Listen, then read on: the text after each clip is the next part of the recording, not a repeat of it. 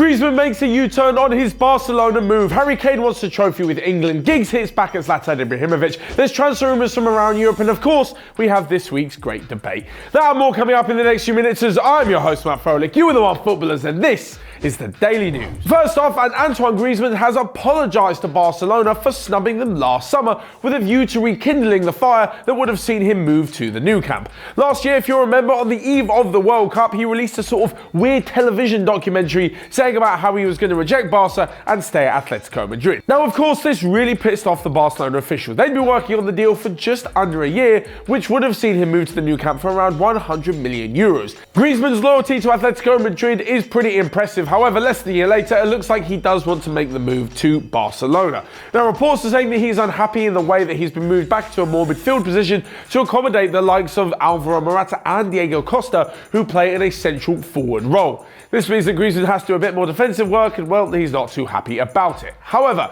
he may have missed the boat when it comes to move to Barcelona, because they are eyeing up Luka Jovic instead. He'll be a lot cheaper than Griezmann. He's a few years younger, and well, once you've been burned by Griezmann, you're not going to want to go back there again. And next up, onto some Euro Nations League action, where Harry Kane has said that winning the trophy this summer will be better than finishing fourth in the World Cup like the England team did last summer. He said that, of course, the World Cup is a much bigger competition and means a lot more. However, the chance to win a trophy whilst captaining the England side is something that anyone would love to do, especially given that England have one international trophy to their name, the World Cup back in 1966. It's not like England fans go on about it though.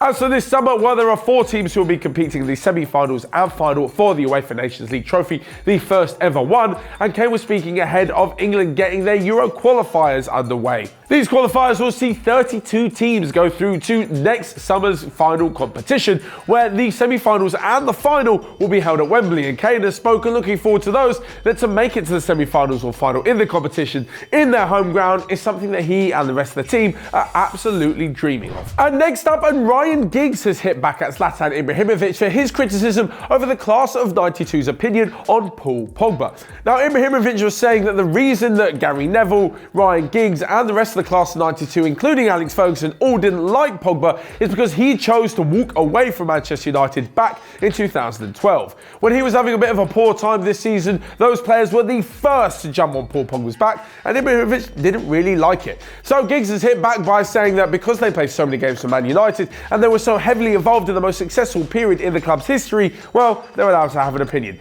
That bit I definitely understand.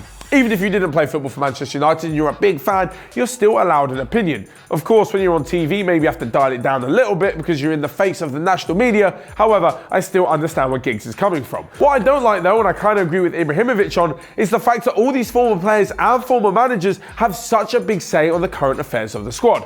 Obviously, Ole Gunnar Solskjaer is a former player, but he's the current manager, so his say counts. This is exactly the kind of thing that we saw with Manchester United when Ferguson left and David Moyes replaced him. When Moyes was doing good or bad and stood in the dugout, he had Fergie watching him from the stands, coming into the dressing room, talking to the players. It's like he never left. He just couldn't leave the job, Moyes couldn't get on with his, and eventually the pressure was just too much. This is actually what I like about Arsenal this season. Wenger has left. He resigned, he gave up the job, and he doesn't sit there constantly pestering Emery or watching on from the stands and judging everything he does. You don't hear Wenger in the media talking about Emery this, Emery that, I used to do this, criticism of the current Arsenal squad, nothing. He knows he's not the manager anymore and he lets the new man get on with it. Massive respect to Arsenal and Wenger for doing that, but at Manchester United, if you're not involved, just leave him alone. And next up, to a roundup of the transfer rumours from around Europe, where apparently PSG are looking to buy Real Madrid midfielder Toni Kroos. Manchester United are still interested in bringing Adrian Rabiot after his mother claims that a deal to Barcelona wasn't 100% complete. Liverpool are also interested in Leverkusen and Germany international Julian Brandt.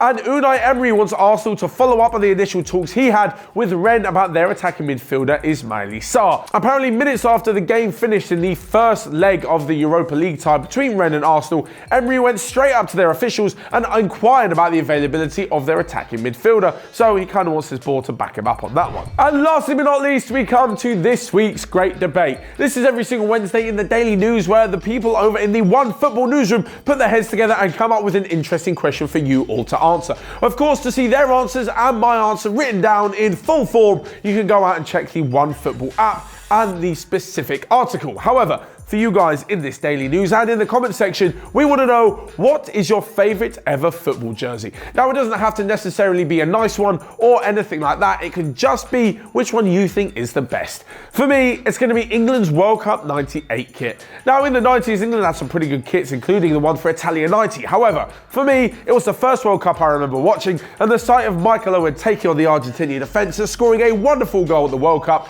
and then running off is just something that cannot be beaten.